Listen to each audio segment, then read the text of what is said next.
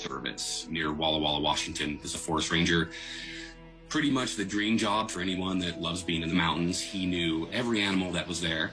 He knew what their tracks looked like. He knew what sounds they made. As a mountain man, he was one of the best that you would ever meet.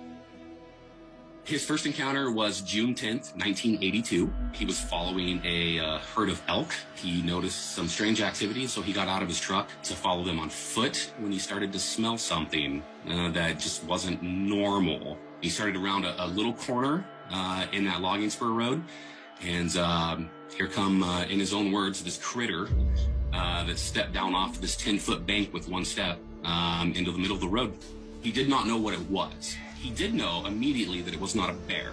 His first thought was every picture that he had ever seen of prehistoric man, except that it was more ape-like in the face. It looked at him about the same time that he looked at it, and he said that it kind of stopped and he could hear it breathing. He was close enough, and he could see the stomach muscles and its chest moving as it was breathing. And then it started to walk off, stopping a couple times to look back at him before leaving the area.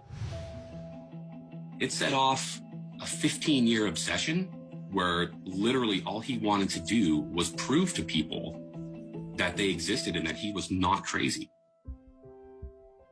Deduck Spring is one of the large viable water sources that continues to function all year. Lots of wild game use it, you know, the deer use it, elk, everything. And my dad had been finding evidence of them. He was finding footprints. He would go in the morning before the sun came up when he got off work, because he worked night shift at the time. And he thought they were coming earlier than he was, and he was missing them. August 20th, 1992. He starts to drive home, and then he thinks, well, why not? I'll go up there. Maybe there's fresh footprints. Maybe I can get some nice casts. It's later than usual. And the first thing he notices are these footprints right there by the water. And so he gets his video camera out to start filming those prints, and he walked right upon one. Him thinking that they were there earlier than he was not entirely correct. They were watching him, and they were waiting for him to leave. I remember coming upstairs, and here's my dad standing there, and he's shaking. I always tell people that that's the only time in my entire life that I ever saw my dad scared of anything. And I was with my dad when he died. That's the only proof I'll ever need for the existence of Bigfoot, because I saw it on his face and I saw it in his eyes, and I know they're real.